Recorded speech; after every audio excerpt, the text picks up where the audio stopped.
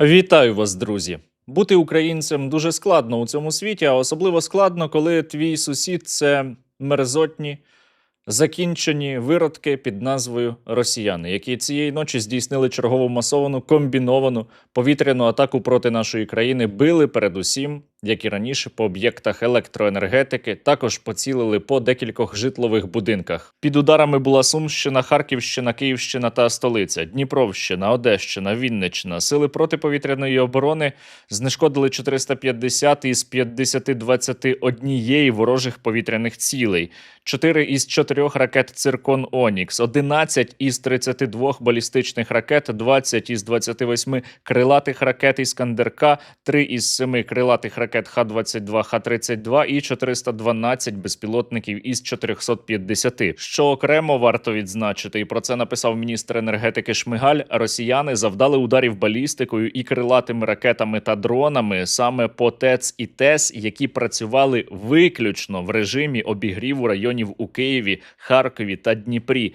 Не на генерацію електрики, а на обігрів домівок. Тому що росіяни – це не люди, тому що росіяни – це нелюди, тому що вони вбивці і терористи. І це визначення, що вони терористи, самі росіяни собі і дали. Любые удары по гражданской инфраструктуре, тем более энергетическим объектам, должны порицаться всеми. Почему? Потому что подобная деятельность квалифицируется в международном праве, в национальном праве многих государств, а в международном праве так в целом, как терористичне. Терористів потрібно знищувати. Російські окупанти мають платити кров'ю за усі ті злочини, які вони вчиняють проти наших людей, проти мирних людей. Тому я закликаю вас негайно задонатити на Русоріз, аби ми купили нашому війську найкращі дрони камікадзе, аби на кожного російського загарбника було по одному, а краще по 2 дрони у їхні немиті пики. Ну і ще. Останнім часом дуже активно розвивається програма «Шахедоріз», програма по знищенню російських шахедів та інших безпілотників, які росіяни запускають проти нашої країни. Зараз ми беремо нові підрозділи, у нових регіонах є збиття російських безпілотників, і тут теж треба ваша допомога, теж треба ваші 2 гривні, тож, якщо у вас є така можливість, закиньте і на «Шахедоріз». Усі реквізити є, як завжди, в описі до цього відео, там іще поруч є кнопка «Підписатися на канал», натискайте її і натискайте іще лайк до цього відео, щоб його побачили якомога більше людей. Окремо варто відзначити, що сьогоднішня масована повітряна атака проти нашої енергетичної інфраструктури відбулася на тлі зовсім нещодавніх заяв Дональда Трампа про те, що він домовився із Владимиром Путіним, що той не буде атакувати Київ та інші українські міста протягом 1 тижня. Але це було справді, вони казали, що ніколи не відчували такого сильного холоду. І я особисто попросив президента Путіна не стріляти по Києву та по різних містах протягом цілого тижня, і він погодився це зробити. І мушу вам сказати, це було дуже люб'язно. Багато людей казали, не витрачай цей дзвінок даремно, ти цього не отримаєш. І він це зробив, і ми дуже раді, що він це зробив.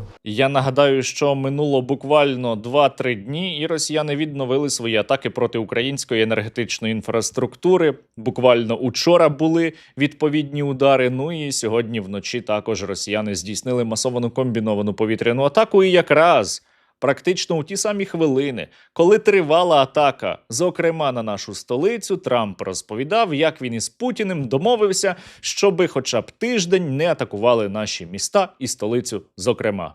Я попросив його не стріляти тиждень без ракет по Києву чи інших містах, і він погодився, тож це вже щось. Владимир Путін вже вкотре надурив Дональда Трампа. Владимир Путін просто насміхається із американського президента, бо бачить, що той кожного разу ведеться. Але ми із вами не повинні мати жодних ілюзій. Росіяни ведуть екзистенційну війну проти нашої країни, проти нашої нації. Вони на нас напали не для того, щоб отримати частину наших територій. Вони хочуть отримати усе. Для них сам факт існування України і української нації – це вже неприпустимо. Есть понимание, что украинское государство самим фактом своего существования представляет угрозу России. Вони бажають, аби Україна стала частиною так званої Росії. Росії. Вони хочуть, аби українці стали росіянами, щоб українців можна було мобілізувати і погнати на нову чергову війну проти однієї із країн Європи. А атакуючи українську енергетику, росіяни хочуть, аби у нас було як у них, як у їхніх деяких регіонах. Я нагадаю, що нещодавно у Мурманську, це на півночі так званої Росії, та у Сєвєроморську почалися блекаути, тому що там впали опори, які були встановлені ще із 60-х років минулого сторіччя. Так от туди відправили ремонтні бригади, вони почали здійснювати ремонт, поставили тимчасові опори і вони також упали. Опоры полетели, и все. Так уже сколько, правильно, уже жизненное время-то прошло. Мерзенні покидьки, які б'ють по нашій енергетичній інфраструктурі навмисно, коли найбільші морози, спеціально для того, щоб страждали цивільні, передусім літні люди, люди із інвалідністю, люди, у яких немає можливостей себе обігріти або вибратися із домівок. Так от ті самі мерзоти не мають у себе нормальної комунальної інфраструктури, тому зараз вони навіть без українських атак замерзають. Сколько у вас не было отопления? Неделю. Говорят, еще не было света. Света, воды не было. Лед был прям в квартирах. Там из дома прям бежит из стен вода. У нас плохо эта система работает. На жаль, подібні атаки на нашу енергетику іще триватимуть. На жаль, нам буде іще дуже важко. Але не зневірюйтеся. У жодному випадку ніколи не зневірюйтеся. Наші військові не зневірилися, а їм набагато важче, і ми із вами не маємо жодного права впадати у зневіру. Саме з невіри прагне наш ворог, саме з невіри хочуть росіяни добитися, атакуючи наші об'єкти енергетичної інфраструктури. Україна усе одно вистоїть, а так звана Російська Федерація дуже боляче заплатить за кожен акт тероризму. Маю сказати іще декілька слів про учорашні нові заяви американського президента щодо Індії та російської нафти. Индия, вот она за нас, да она не за нас. Она просто пользуется моментом, чтобы нас грабить. Учора президент Сполучених Штатів Америки Трамп зробив чергову дуже гучну заяву. Він повідомив, що спілкувався із прем'єр-міністром Індії Нарендрою Моді, і той начебто йому пообіцяв припинити закупівлі російської нафти. Натомість Індія наче як має збільшити імпорт американської нафти та нафти із Венесуели. І це, звісно, допоможе завершити російсько-українську війну. При цьому Сполучені Штати Америки зменшать взаємний тариф із 25 до 18%. Я учора, коли побачив заяву Трампа, то зрадів, але потім подивився на заяву самого Нарендри Моді, а там жодного слова про російську нафту не було. Тільки про тарифи, про прекрасну, чудову розмову. Тому, знаєте, я не дуже впевнений у тому, що Індія справді перестане купувати російську нафту, принаймні взагалі. Тому що іще 2 серпня минулого року Трамп казав, що Індія перестане її купувати. Як я зрозумів, Індія більше не купуватиме нафту в Росії. Принаймні так я чув. Не знаю, чи це правда, але це хороший крок. Побачимо, що буде далі. Далі, після оцієї заяви, минуло іще 2 місяці, і 15 жовтня 2025 року Трамп заявив, що він мав розмову із Нарендрою Моді, і той знову відмовився купувати російську нафту. Це припинилося. Мені не подобалося, що Індія купувала нафту. І сьогодні він запевнив мене, що вони більше не купуватимуть нафту в Росії. Як ви могли здогадатися, на цьому іще далеко не все, тому що буквально за 2 дні після тієї заяви Трамп знову сказав, що Індія планує перестати купувати російську нафту. Індія більше не купуватиме російську нафту. А Угорщина, так би мовити, застрягла, бо має один трубопровід, який там був роками. І ще за 2 тижні, 6 листопада 2025 року, Трамп, відповідаючи на питання журналістів, запевнив їх, що Індія от тепер точно припинить купувати російську нафту. Як ідуть переговори з прем'єром Моді? Чудово. Все йде добре. Він здебільшого припинив купувати нафту в Росії. Тобто лише за останні плюс-мінус півроку Трамп зробив щонайменше 5 заяв про те, що Індія припиняє купувати російську нафту. Я не знаю, може вона дійсно припиняла, потім знову купувала, а потім знову припиняла, і так от 5 разів.